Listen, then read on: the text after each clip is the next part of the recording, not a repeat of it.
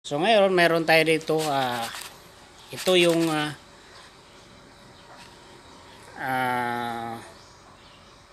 caustic soda. Caustic soda flix. Caustic soda flix. Pag ito ay nalagyan ng tubig, ito ay delikado sa skin ng tao, lalo na pag na ano sa yung mata, nako ano ito, nakakabulag. Pero ang mahalaga dito, sa mga gusto niyong gumawa ng sabon, kahit saan, kung basta makakarating ang Lazada or ang Shopee, ay pwede kayong mag-order dito sa Lazada o sa Shopee ng caustic soda para magkaroon kayo ng sodium hydroxide at makakalika na kayo ng sabon. Dati kasi, ito kasi ang pamamaraan ngayon sa paggawa ng sabon, para ang masabon ay hindi nakagaya ng sinaunang sabon o yung ancient kind of soap na nagawa sa potassium hydroxide, na gawa sa mula sa tubig ulan na nilagay sa abo. Ngayon ang gagawin natin ay bumili lang tayo sa Lazada ng caustic soda. Ito ilagyan natin ng tubig at makalika na tayo ng sodium hydroxide. So ito ating lalagyan. Maglagay tayo ng Tunaflex. Tunaflex. Naglagay tayo ng caustic soda flix. Okay, ito ang ating pangano. Ayan. Ayan. Lagay natin dito.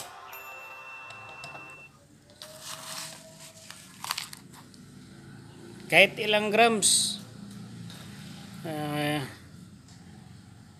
Makalika tayo ng sabon. Pwede na itong panglinis. Pero yung ginagamit sa paggawa ng chicharon, sa macaroni, ito ay kunti lang nito. Kunti lang para hindi masyado concentrated. Ito dahil gagawa tayo ng sabon, so marami-rami. Yan ang ating oil. Mixture na yan ng coconut at palm oil. Ayan. Okay, ito ay lalagyan natin ng tubig para makalikha tayo ng sodium hydroxide. Okay, lagyan natin ng tubig. Ito yung ating tubig. Ito yung ating tubig. Maglalagay tayo ng tubig.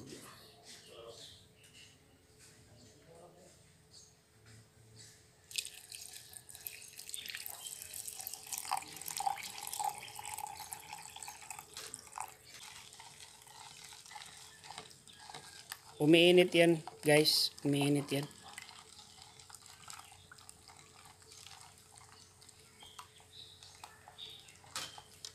Iano ko muna tong aking goggles. Tunaw na siya, di ba?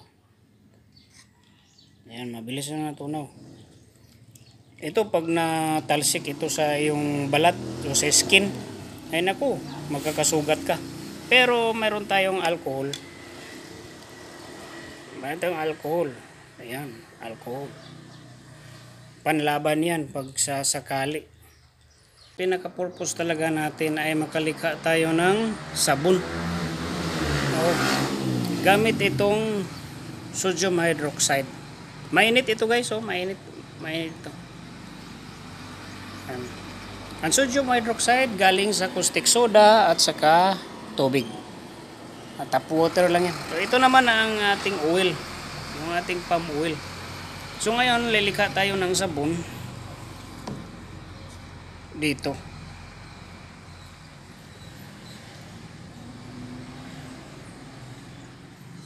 Dapat makita ninyo.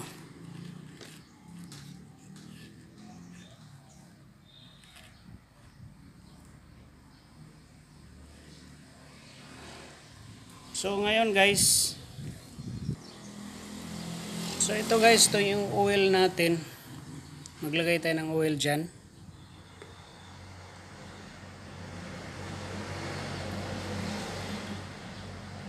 Yan, ubusin natin.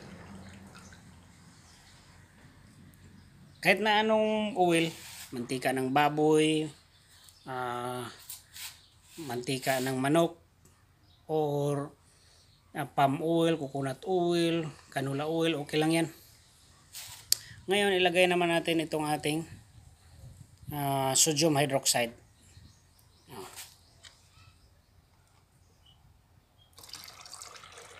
Kita niyo yung reaction, guys. Meron agad reaction. Yan. Hindi na natin inubos. Nakita niyo yung reaction niya. Mayroong reaction agad.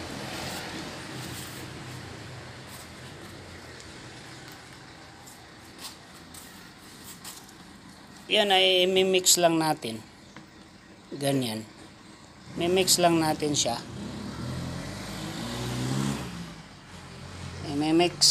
Mix ng mix. Nakita ninyo? Oh. Naging concentrated na siya. Ayan oh.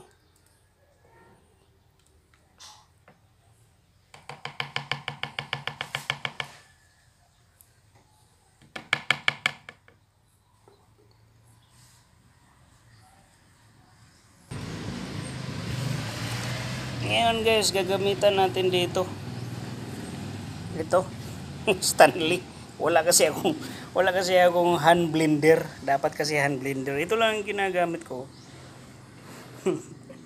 Galing ito sa hand blender na nasira. Ito yung kanyang ito. Tapos nilagyan ko dito ng plastic na itim. Ito lang ang ginagamit. Ayan. Para ma-mix natin ng maayos. Ayan. Tingnan nyo.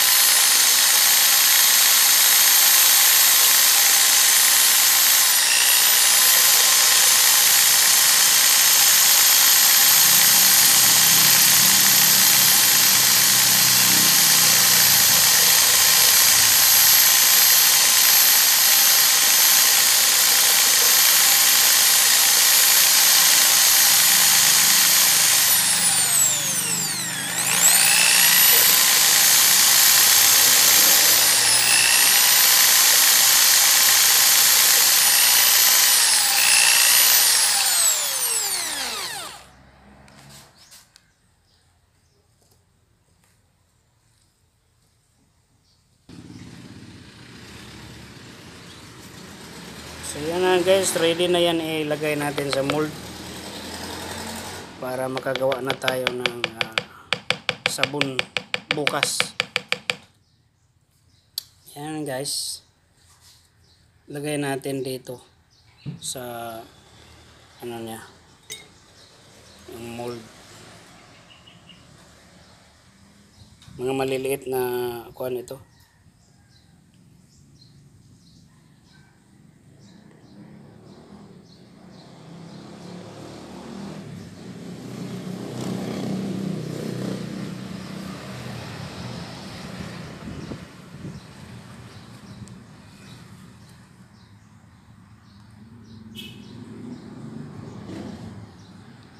After 24 hours, after 24 hours guys, ito ay matigas na.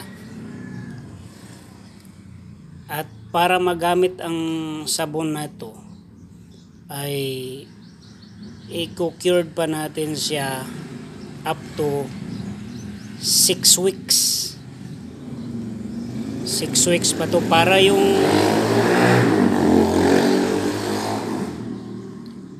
yung sodium hydroxide ay mag-evaporate para maging safe na siya gamitin. Huwag kayong mag-alala kahit hindi tayo gumagamit ng soap calculator, safe ito gamitin. Kasi 6 weeks or 1 month and 2 weeks magamit na ito bilang sabon. Ayan, meron tayong malaki dito na mold. Pasensya na kayo, hindi na nahugasan. Pero ano naman yan? Naku, tumigas na yata. Ayun, tumigas na siya. Kailangang malagay na natin. Kasi titigas talaga to.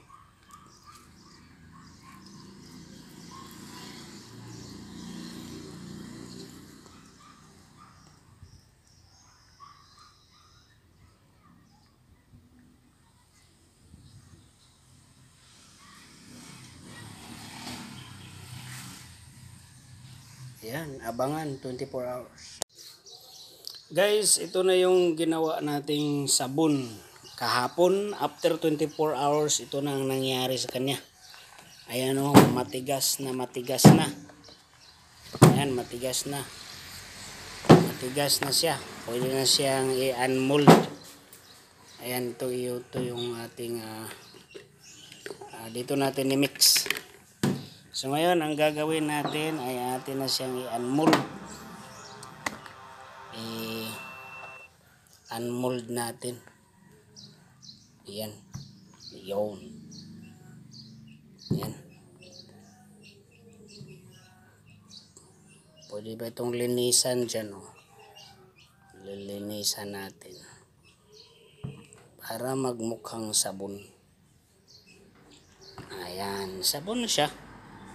Yan na pure organic soap. Organic. Ang coconut oil ay maganda ito sa ating skin. So ayan na. Ito pa yung isa. Yun.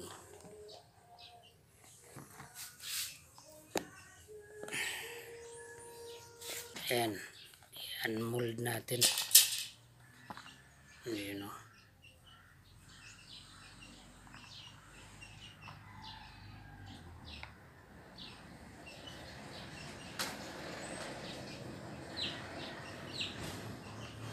Ayun, mayroon tayong sabon. Yan. Ito yung mga maliliit. Ito yung mga maliliit. Oh. Subukan natin yan sa tubig. Pwede naman ito magamit. Subukan lang natin kung bubula ba. Pero advice ito para magamit pang sabon sa pangligo after 6 weeks. 6 weeks pa siya pwede gamitin. Kasi kailangan talaga siya i-cured para maalis yung sodium hydroxide at ma-evaporate lahat yun. After 6 weeks, 1 month and 2 weeks, pwede na siyang gamitin pang sabon sa pangligo. Ngayon, subukan natin kung bubula ba.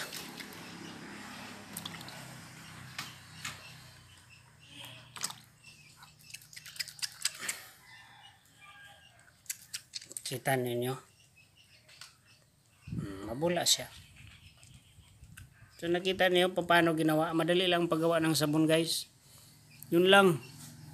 Kailangan mo lang bumili ng caustic soda sa online. Tsaka i-mix sa tubig. At kailangan mo ng oil. Ikaw na bahala pag gumawa ng sarili mong sabon. Ano yung olive oil ba para maganda talaga sa skin. Olive oil, combination ng coconut oil, napakaganda talaga yun sa skin. Di ba, mabulang pumabula guys. Oh. Pero ito, hindi pa to pwede ito pang kaligo. Kasi sigurado mayroon pa itong sodium hydroxide, hindi pa na-evaporate lahat. Kailangan mo na itong i-air dry. I-air dry siya ng 6 weeks para magamit, masigurado talaga na yung sodium hydroxide na ginamit natin ay mag-evaporate na lahat yun. Ayan, mabula. Ganito lang ang paggawa ng sabon guys, napakadali lang. Sa probinsya, ang gamitin nyo yung potassium hydroxide.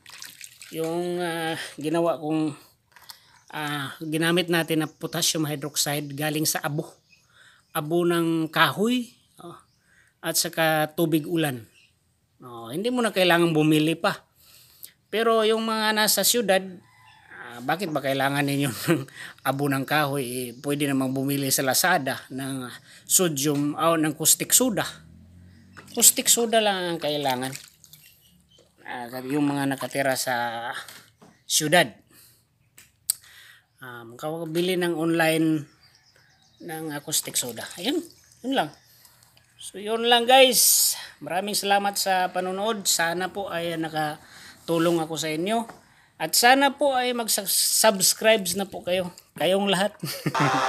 Mag-subscribe na po kayo at mag-likes at i-share itong video natin.